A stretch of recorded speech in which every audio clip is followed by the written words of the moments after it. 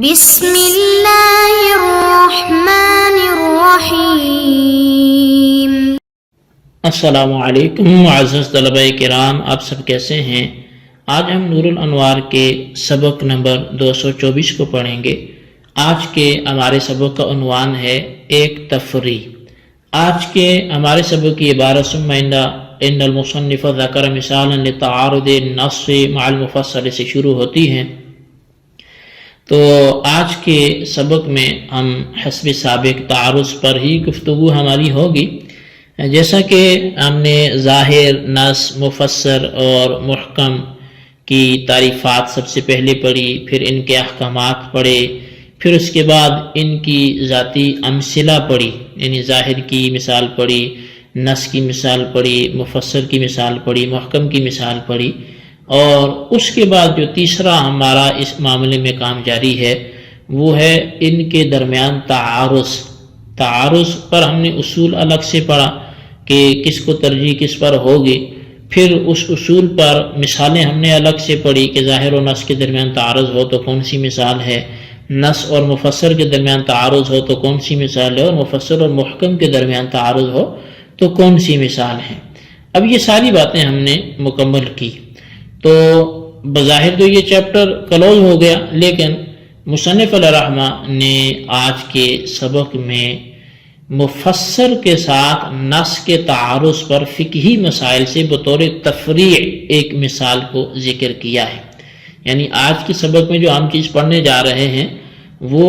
نص کا مفسر کے ساتھ تعارض ہی ہے، لیکن یہ فقہی مسائل سے ہے اور یہ بطور تفریع کے مصنف اس کو بیان کریں گے۔ تو آئیے آج کے سبق کی ہم سب سے پہلے عبارت پڑھتے ہیں اور عبارت پڑھ کے اس کا ترجمہ کرتے ہیں، پھر اس کی جو وضاحت اور تشریح ہے اس کی طرف بڑھتے ہیں۔ مصنف علیہ رحمہ لکھتے ہیں ثم ان المصنف ذکر مثالا لتعارض النص مع المفسر من المسائل الفقہیۃ علی سبیل التفریع۔ پھر ماتن نے تفریع کے طور پر فقہی مسائل میں ایک مثال کا ذکر کیا ہے جس میں نص کا تعارض مفسر کے ساتھ ہے۔ فقال حتى قلنا انه اذا تزوج امرأة الى شهر انه متعة يريد ان قوله تزوج نص في النكاح لكنه يحتمل تعويل ان يكون نكاحا الى اجل فيكون متعة۔ تو فرماتے ہیں پس مصنف نے فرمایا حتیٰ کہ ہم نے کہا کہ جب کوئی شخص ایک ماہ کے لیے کسی عورت سے نکاح کر لے تو یہ متعہ ہے، مراد یہ ہے کہ اس کا قول تزوج یہ نکاح کے بارے میں نص ہے، لیکن اس تعویل کا احتمال ہے کہ کسی خاص وقت تک کے لیے نکاح ہو، لہذا یہ اس صورت میں متع ہوگا۔ اور وَقَوْلُهُ إِلَى شَهْرٍ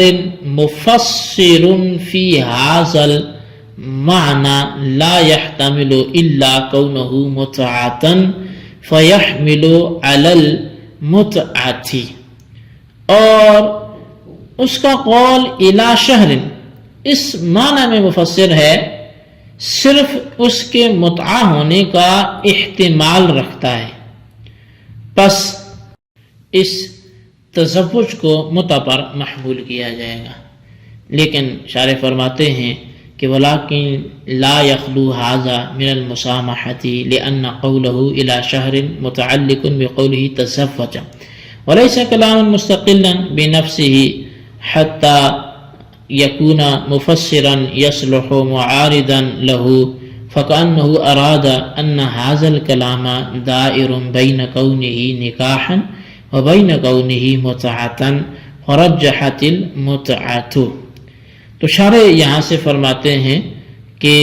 لیکن یہ کلام مسامحت سے خالی نہیں ہے، اس لیے کہ اس کا قول الی شہر اس کی قول تزوج سے متعلق ہے، خود کوئی مستقل کلام نہیں ہے، یہاں تک کہ مفسر ہو کر تزوج کے معارض ہو سکے۔ گویا مصنف نے یہ ارادہ کیا ہے کہ یہ کلام نکاح اور متعہ کے درمیان دائر ہے، لیکن متعہ راجع ہے۔ جی طلبہ کرام، یہ ہمارے آج کے سبق کی عبارت اور اس کا ترجمہ تھا جو آپ کے سامنے پیش کیا گیا۔ آئیے اب آج کے سبق کی وضاحت کی طرف ہم بڑھتے ہیں۔ یہ بات تو مصنف علیہ الرحمہ نے پہلے فرما دی کہ ظاہر، نص اور مفسر محکم کے درمیان تعارض واقع ہوتا ہے، اور تعارض کے وقت ادنیٰ کو چھوڑ کر اعلیٰ پر عمل بھی کیا جاتا ہے۔ تو شارح نے ان میں سے ہر دو کے درمیان تعارض کی مثالیں بھی، جیسا کہ میں نے عرض کیا کہ وہ بیان کر دی ہیں، پہلے بیان فرما دی ہیں،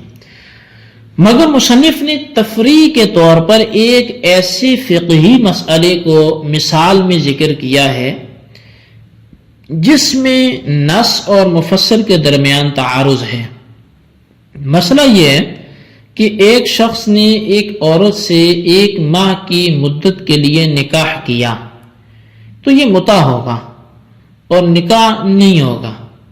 کیونکہ مرد کا قول تزوجت یہ نکاح کے باب میں نص ہے، اس لیے کہ لفظ تزوجت یہ نکاح منعقد کرنے کے لیے لایا جاتا ہے، لیکن اس میں احتمال اس تعویل کا بھی ہے کہ یہ نکاح ایک خاص وقت تک کے لیے ہو، بس اس صورت میں یہ نکاح موقت ہوگا، اور نکاح موقت متع کی طرح فاسد ہوتا ہے، لہذا یہ بھی فاسد ہوگا۔ بہرحال شوہر کا قول تزوجت نکاح کے باب میں نص ہے، مگر جب اس نے تزوجت کے بعد الی شہر کہا تو لفظ تزوجت نکاح موقت کے بارے میں مفسر ہو گیا، یہ مفسر ہو گیا، یعنی اب اس میں صرف نکاح موقت کا احتمال ہے اور نکاح کا احتمال نہیں ہے، لہذا اس کو نکاح موقت پر محمول کیا جائے گا، اور نکاح موقت فاسد ہونے میں چونکہ متع کا حکم رکھتا ہے، اس لیے یہ نکاح موقت فاسد ہوگا۔ شارح فرماتے ہیں کہ مصنف نے ایک تو مثال بیان کی ہے، لیکن وہ بھی مسامحت سے خالی نہیں ہے، اور مسامحت یہ ہے کہ مرد کے قول تزوجت الی شہر میں الی شہر خود کوئی مستقل کلام نہیں ہے، بلکہ یہ تزوجت کا متعلق ہے، گویا تزوجت الی شہر پورے کا پورا ایک کلام ہے، اور ایک کلام کے اجزاء کے درمیان تعارض کے کوئی معنی نہیں ہے، یعنی دو کلاموں کے درمیان تعارض واقع ہوتا ہے، ایک کلام کے اجزاء کے درمیان تعارض واقع نہیں ہوتا۔ بہرحال جب یہ پورے کا پورا ایک کلام ہے اور ایک کلام کے اجزاء کے درمیان تعارض واقع نہیں ہوتا، تو یہ کہنا بھی درست نہیں ہوگا کہ یہاں الی شہر یہ مفسر تزوجت نص کے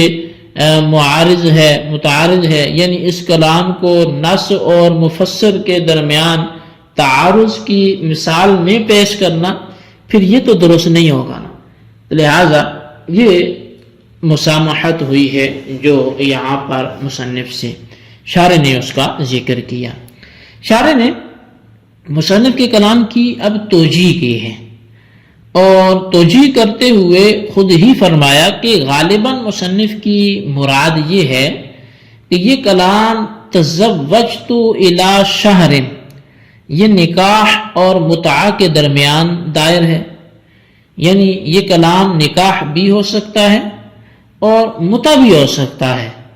مگر الی شہر کی وجہ سے متع ہونے کا احتمال راجع ہو گیا اور متع فاسد ہے۔ تو ظاہر سی بات ہے، یہ بات طے ہے کہ نکاح موقت اور متعہ یہ دونوں ایک حکم میں شریک ہیں، یعنی دونوں کا حکم فساد ہے۔ نکاح موقت بھی فاسد ہوتا ہے اور نکاح متعہ بھی فاسد ہوتا ہے۔ تو تعریف کے اعتبار سے تھوڑا سا دونوں میں فرق ہے، حکم دونوں میں فساد کا ہی ہے۔ تو یہ ہمارے آج کے سبق کی عبارت، ترجمہ اور اس کی وضاحت تھی۔ اس کو اچھی طرح سمجھیں، اس کے خلاصے کو رجسٹر پر لکھیں، بالخصوص ان سوالات کے جوابات دیں۔ سوال نمبر 1 یہ ہے کہ مصنف نے تفریح کے طور پر کن 2 چیزوں کے درمیان تعارض کو بیان کیا؟ اور سوال نمبر 2 یہ ہے کہ نکاح موقت اور متع کا حکم بیان کریں۔ اللہ تبارک و تعالیٰ سے دعا ہے جو کچھ ہم نے پڑھا سنوں سے یاد رکھنے کی توفیق نصیب فرمائے، آمین بجاہ النبی الامین صلی اللہ علیہ وسلم۔